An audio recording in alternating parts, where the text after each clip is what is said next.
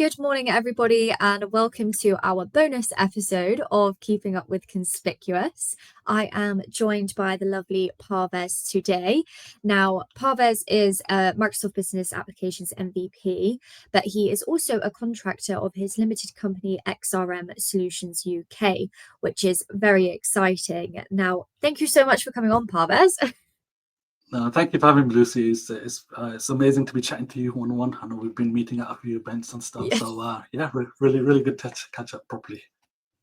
Absolutely. And yeah, well done for your last session that you've done. I know you were a bit nervous for that at the what is it, Dynamics user group, but you've done amazing.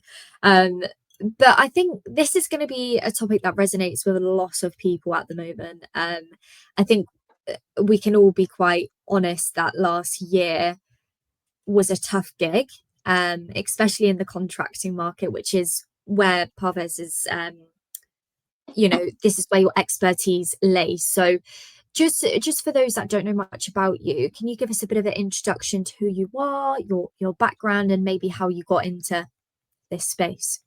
Yeah, sure. So I had my heart set on software development from a very young age. So I went through the whole academic life in the UK, kind of strategically and very intentionally planning my academic life around that particular career goal. So I studied computer science, and I learned a few different software programming languages as part of that course. And then I entered into the space of bespoke .NET development. So that's when it first kind of came out. And I really enjoyed it, and building web applications kind of back with a database backend. And that really kind of sparked my interest in, building web applications and business applications as we know them now. So I wanted to get into that as soon as I graduated, but that didn't really happen because I was kind of very limited in terms of my experience at the time. So I settled on something slightly different in SAS programming, and that was more kind of data focused and a bit of programming in a language called SAS at the time. So I did that for a couple of years. Then I got back into .NET development, working for an IT service company, and then that's where I really started to learn, enterprise-grade professional software development. So how do you do it like in a team environment for large-scale projects? So source control, automated builds, deployments, unit testing, all of those kinds of things. I did that for a couple of years, and then I started, looking to broaden my horizons. So looking for other opportunities, and then I thought I was just moving into another .NET developer position, but it turned out to be a Dynamics CRM version 4 development for a partner. And I really started to see the value of, as I say, it was low-code development, but it wasn't actually called low-code development. It was just something that we did, building applications with a kind of a user interface with, drag and drop controls, and implementing basically applications in that kind of environment. So I really enjoyed it. I got experience and exposure to a range of different projects and customers working for partners. And I did that for about 2.5 years before the partner who I was working for, they went into administration.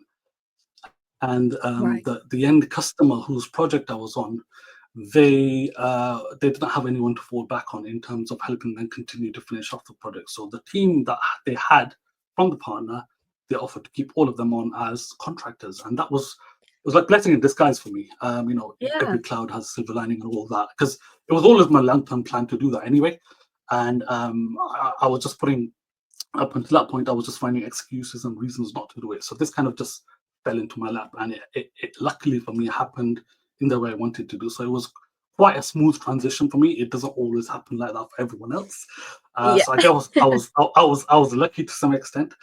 But basically, I went from permanent employment with a partner to a contractor pretty much overnight. So I had very little time to do all of the kind of work around and any planning as to how I'm going to go about doing it. It just happened and was essentially forced upon me. So I've not looked back since, though. I have no regrets, and I've really enjoyed kind of working for a range of different customers and really owning that piece and independent and be able to run with it and go from customer to customer, project to project. And I've been doing that for about 12 years now. So yeah, really enjoying it. Wow. That's a long time to be contracting, but as you said, it, you know, sometimes if you get lucky, I think the biggest thing is like taking that step into contracting. A lot of people like ask when is the right time, which I think we'll probably get onto during the talk of this. But yeah, it's interesting to sort of hear your story about it. But as I said at the start, we know last year was a bit of a battle with contracts. I think, if I correct me if I'm wrong, but I think for those that have been contracting for many years, have the network and have the contacts, you know, it's still a struggle, but it's you know, it's a lot easier to secure roles once you've got your network built up, etc. But for those that may be a little bit newer into contracting, don't really have the network just yet, I think it, you know, it was a tough gig to say the least. Like there wasn't many projects going around, was there? No, absolutely spot on. I think the market conditions more recently have been really, really difficult in the contracting space. And it's probably a combination, I think, my personal opinion, not verified or done any scientific research on this, but I think it's a combination of, you know, the tax regulations in the UK changing quite dramatically in the whole IR35 thing, and also, you know, the political situation in terms of Brexit that happened a few years ago. There's definitely seems to be a trend whereby, you know, organizations and companies are taking a bit of a step back in terms of investment into projects and kind of initiatives like this. So that's definitely had its toll. But more interesting, what I found is that, you know, back when I started in contracting, or in my earlier years of contracting, I found that the majority of contracts that were available, you know, for example, publicly on job boards and stuff, they were in the partner channel pretty much. So you would go in effectively as a resource that is supplementing a partner's internal team to support an end customer's project. But more recently, that has kind of turned the table slightly, and I'm finding more and more end customers are being a bit more tech savvy and a bit more kind of wanting to own the whole running and execution of the project. And then what they're saying, hold on, we've got the skills, we've got the network, we're going to be able to kind of run with this ourselves without necessarily relying on a partner. So more and more these days, I'm finding that there's more projects in the end user space. They're probably not as visible to the whole kind of market, but they are there. And this really comes back to the point you were making, really. You know, if you are well connected in the community and you're well established, that really pays dividends in terms of being able to, you know, have almost first dibs on those projects potentially. If you're connected in the right way, you are creating the right vibes on social media, you know, you're doing the whole community thing in terms of events. That really, really helps. So I think, once again, I think I'm lucky in that regards because I've not intentionally and strategically done this, like to be able to get those projects, but I did it very early on in terms of wanting to be connected with people to learn the technology. Because back when I started, you know, the content creation wasn't really, you know, that as big as it is today. And when I was working for partners, unfortunately, I didn't really have the luxury of them kind of sending me on training courses or, you know, formal kind of learning of the product, of the platform. So essentially I was left to my own kind of devices to learn that thing. And, you know, I had to fall back on the community, and I was starting to reach out to people and connect with people, following their content on places like LinkedIn and Twitter and stuff, engaging with their content. And as my confidence grew, I started to actually, you know, turn up at these events and talk to people. And I think I shared this story previously in another forum where I turned up at an event, and I luckily got connected with Scott Duro. I had a conversation with him one-on-one. And that was an experience in its own right. And just that conversation, just being in the right place at the right time, ultimately led to an opportunity of being able to work with him day in, day out, you know, sitting with him and just learning from him. And if anyone watching who's ever kind of followed his content, you know, you're probably living in a rock if you haven't, you know, you would know what a humble experience that would be, to just learn and, you know, just soak everything in from somebody of Scott's kind of background and caliber. So that's an example of where I feel that being connected and having that kind of a mindset of being able to kind of connect with people and opening up those conversations is really beneficial. And to be honest, if I just think back to my earlier years in my career, I was an introvert like most other people in the tech space, right? So I was very, very reserved. I wasn't really, it took me a long time to come out of my shell and be able to go out there and talk to people. But the lesson I've learned from all this is that you have to break out of that if you want to get anywhere. You gotta have the confidence to be able to talk to people and talk to them about their projects and tell them about your own projects and perspectives you have, things you've learned or challenges you're facing. And this is what the community is all about. You collaboratively work together to resolve those issues. So I don't know if I've answered the questions, but I've rambled on quite a bit. So I'm gonna pause there and I'll let you take over. No, it's good. And I think you've just highlighted the importance of it, like the passion that just oozed out of you just then about, the importance of that community. Because I think some people can view contracting as being quite lonely. Obviously, you're a sole worker for yourself. And it shouldn't be viewed that way. Contracting is the perfect opportunity to create those bonds and relationships with people, because then your life is a little bit easier. Now, would you argue your network is one of the most important things in contracting as like advice to people? Like as we've just highlighted, people will come to you with roles, or once like different people and where to go for them. Obviously, keeping the contracts going is easier as such. Never easy, but easier. Would you argue that's the best way, or are there other ways you can go out searching for contracts? What's your advice there? I would say networking and connecting with people is a big part of being able to be independent in that regard. So I'll come back to my earlier years in contracting.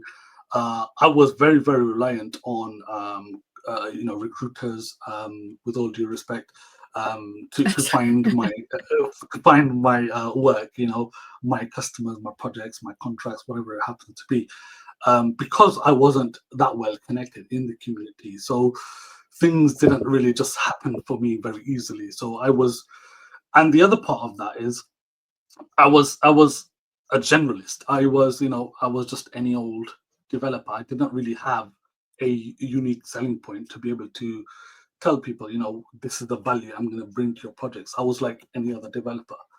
Right. The challenges I faced was that kind of meant I had a lot more competition around me in terms of going for a particular role. A customer would say, why should I hire you when I've got 1,000 other CVs that are exactly the same profile as you? What makes you different? So those are the two key things. Now, if I look back to my more recent experiences, a lot of my work now is coming from either repeat custom, people who I've worked with previously, or word of mouth, and word of mouth from people who I've worked with in teams or from my previous customers, or also word of mouth from people who kind of follow and like the stuff I do in the community on LinkedIn and my blogging and my open source projects and that kind of stuff. So all of those things play hand in hand, and they really make a difference to the opportunities that become available to you as an independent afterwards. Absolutely. And do you think as a contractor you should sit down with yourself and think about what your USP is, or do you think that's quite key? Yes, 100%. I think it's really, really important to kind of sit back and consciously kind of reflect on that and plan and strategize on how you're going to do that.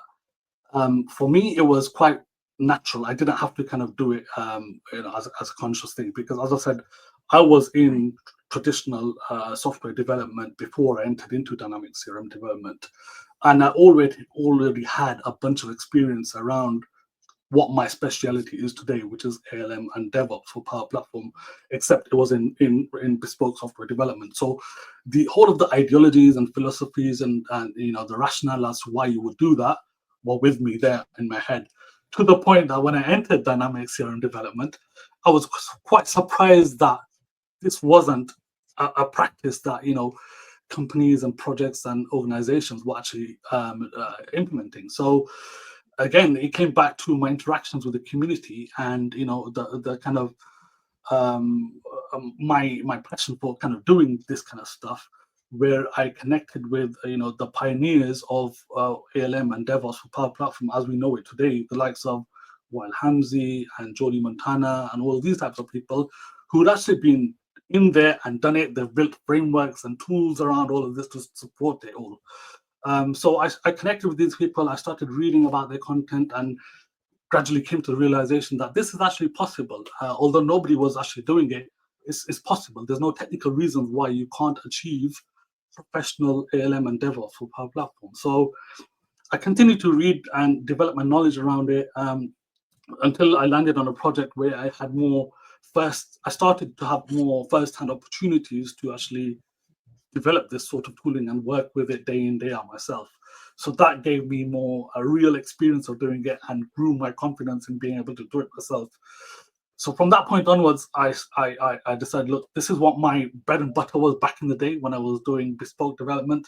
And now I know it's possible and I've got the experience and tools to be able to do it. So I made the conscious decision, this is going to be my specialty. This is going to be my baby.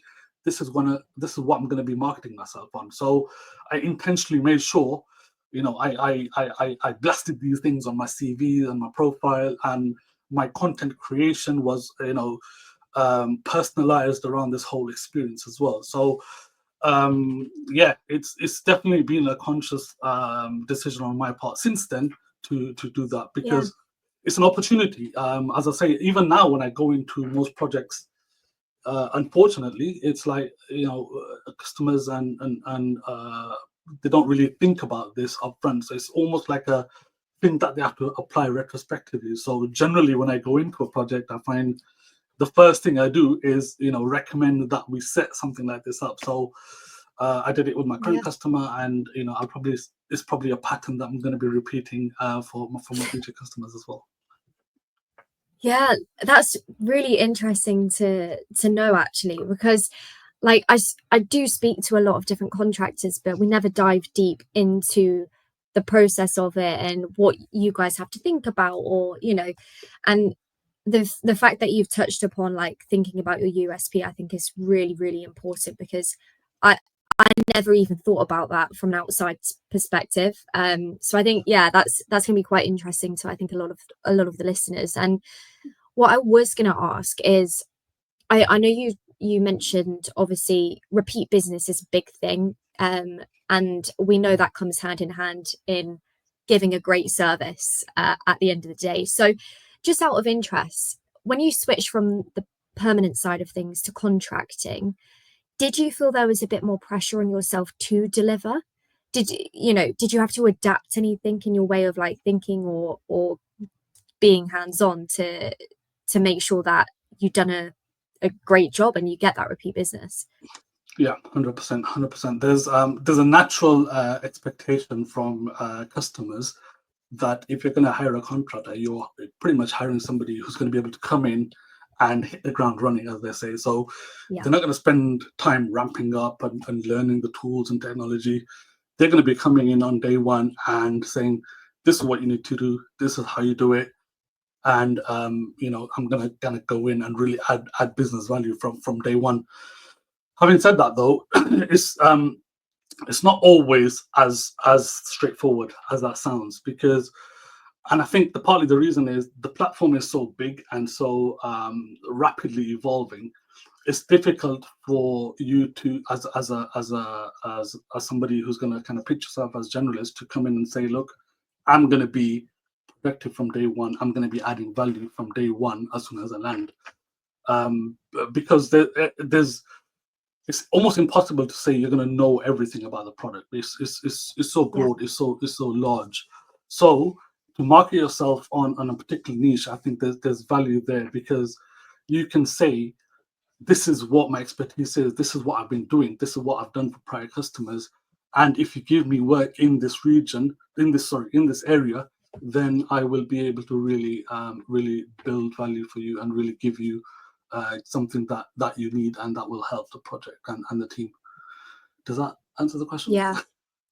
Yeah, no, it definitely does. I think, yeah, it's a good point to touch upon. And I think the thing is with contracting, it is becoming more of a saturated market. I would say from like my perspective, I've seen a lot more people wanting to be a contractor and want to go into that. Now, I mean, it's quite a controversial topic. I really can't get my words out today. So anyone listening, I do apologize. I said to Parvez this morning, words are not happening today, but there's quite a controversial topic to the fact of experience and contracting.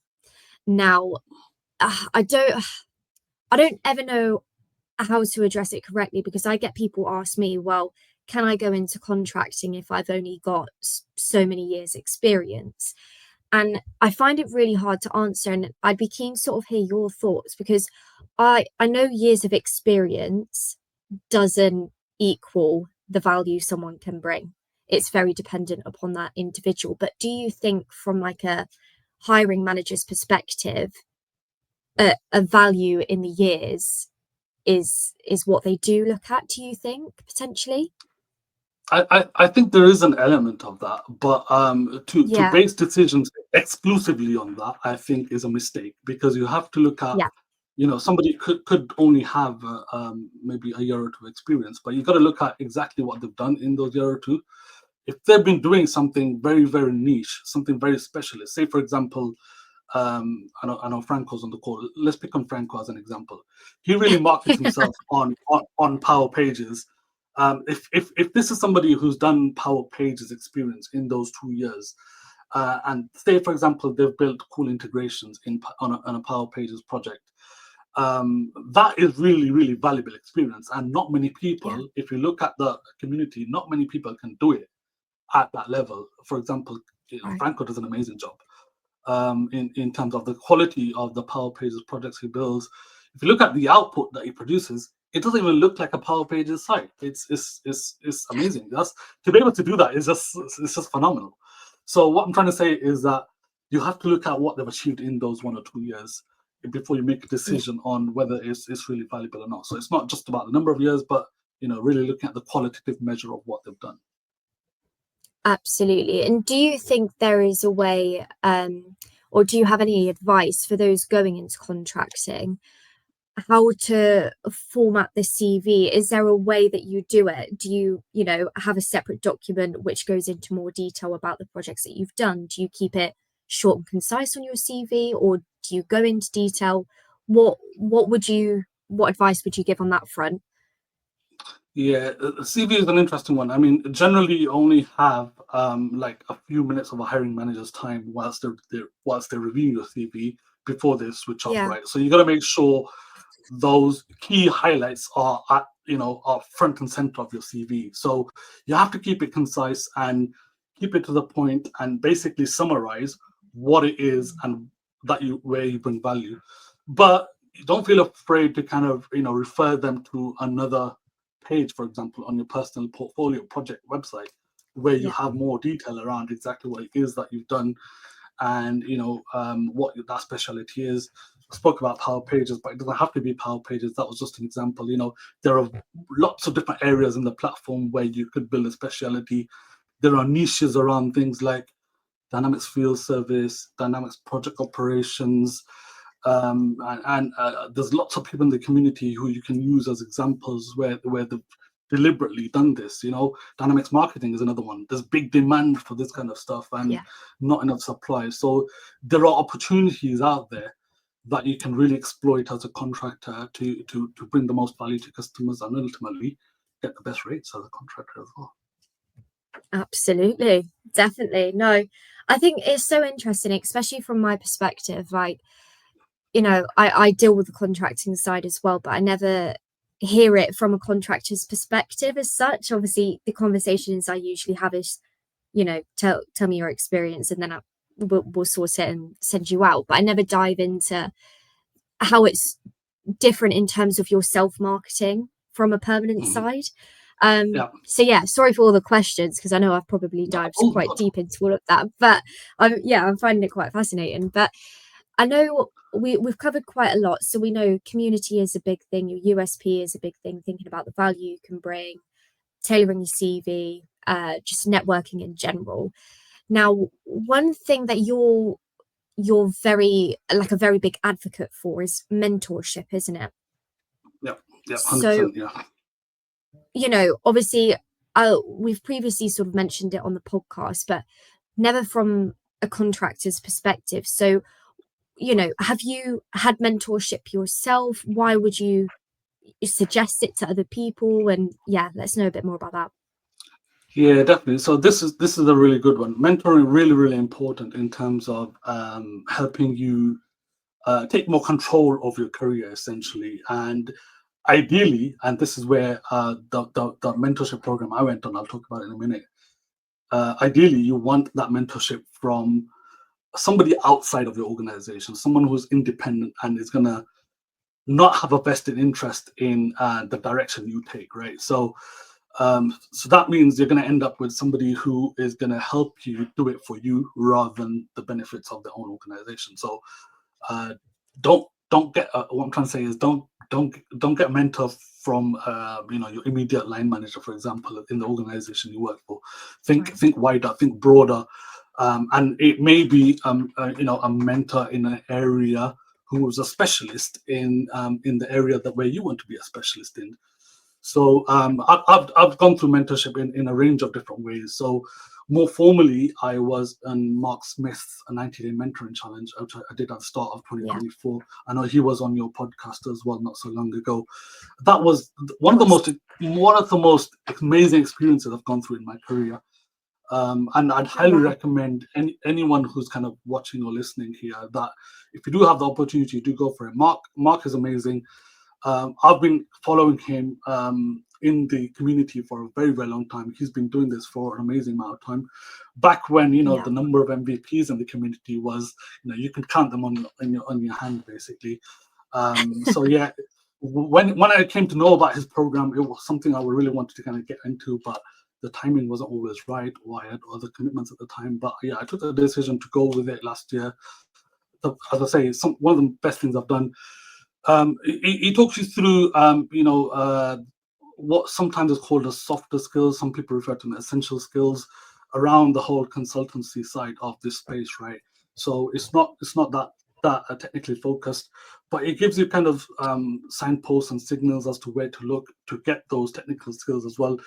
It talks about how Microsoft internally operates as an organization, what you can do in the community, all of these kinds of things. So that was really, really beneficial.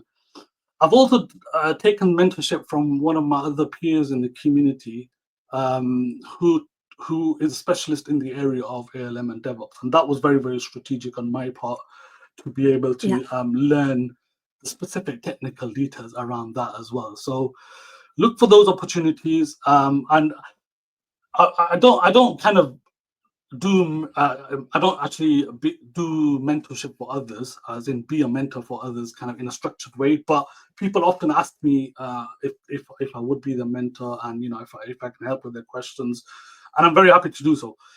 So if anyone's watching or listening, I feel free to reach out with questions and stuff. And I've done it kind of in an unstructured, informal way for quite a few people as well.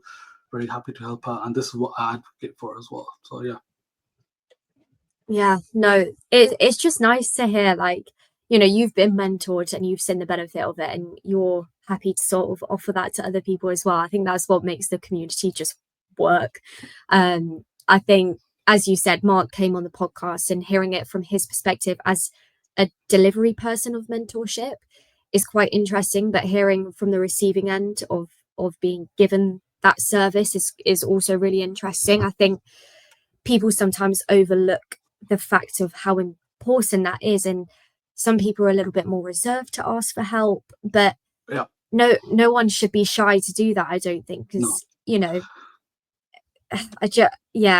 I wish I could just shake some people and be like, just do it, but of course some people don't have that confidence, but hopefully people listening get that.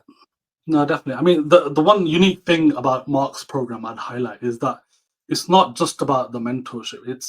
it's more of a community within itself, right? Even to date, the mentees and the people who've gone through the program previously, they keep in touch. They ask people questions, and they help each other out and stuff. I asked a question in the groups yesterday, because I was stuck with something the customer was asking me for, and we were able to work together collaboratively to help each other out. So it's really, really good, just to build that network of people around you as well. So yeah, I definitely recommend it.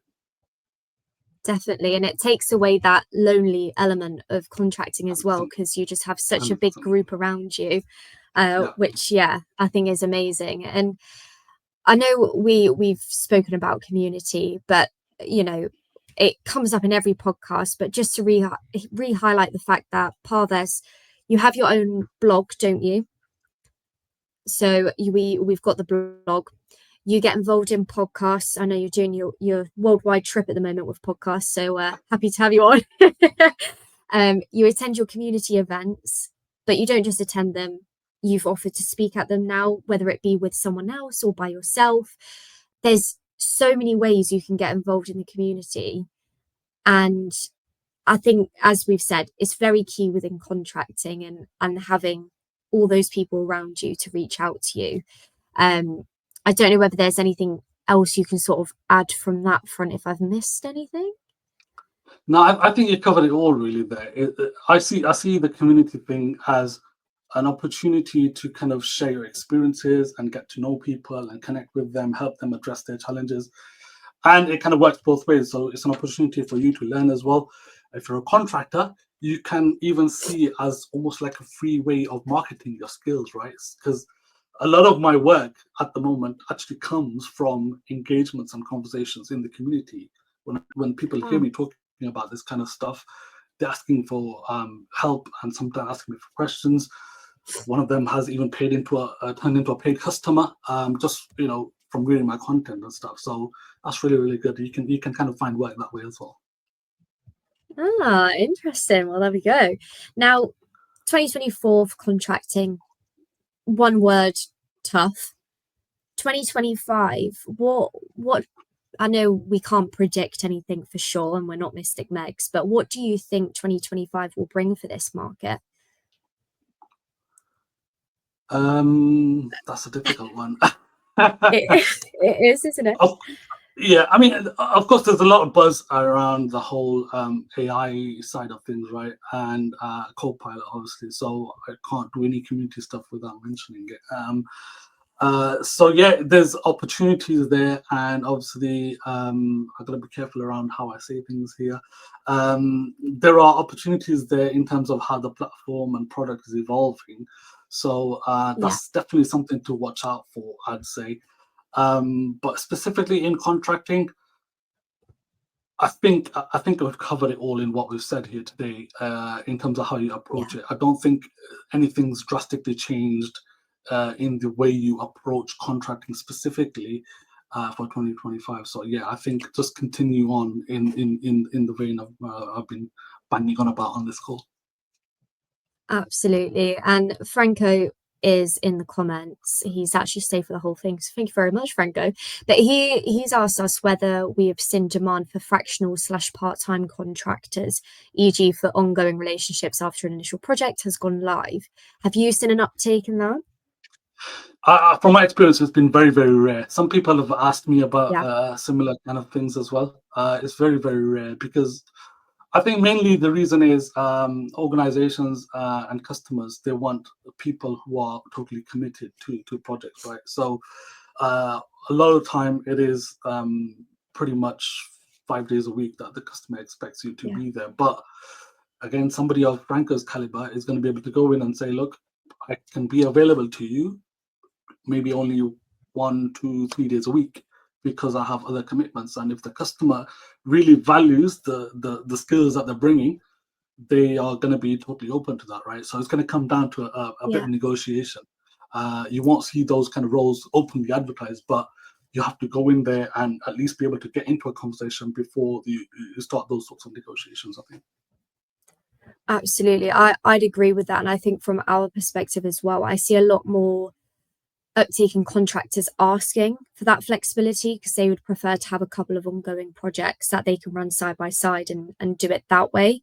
But in terms of direct contracts coming to us, we do get the odd occasional one. Like at the start of the year, we had one and it was 5 days a week to start, and then it only goes down to 10 hours a week. So a very part-time contract. So they do come in, but I definitely think it's a lot rarer.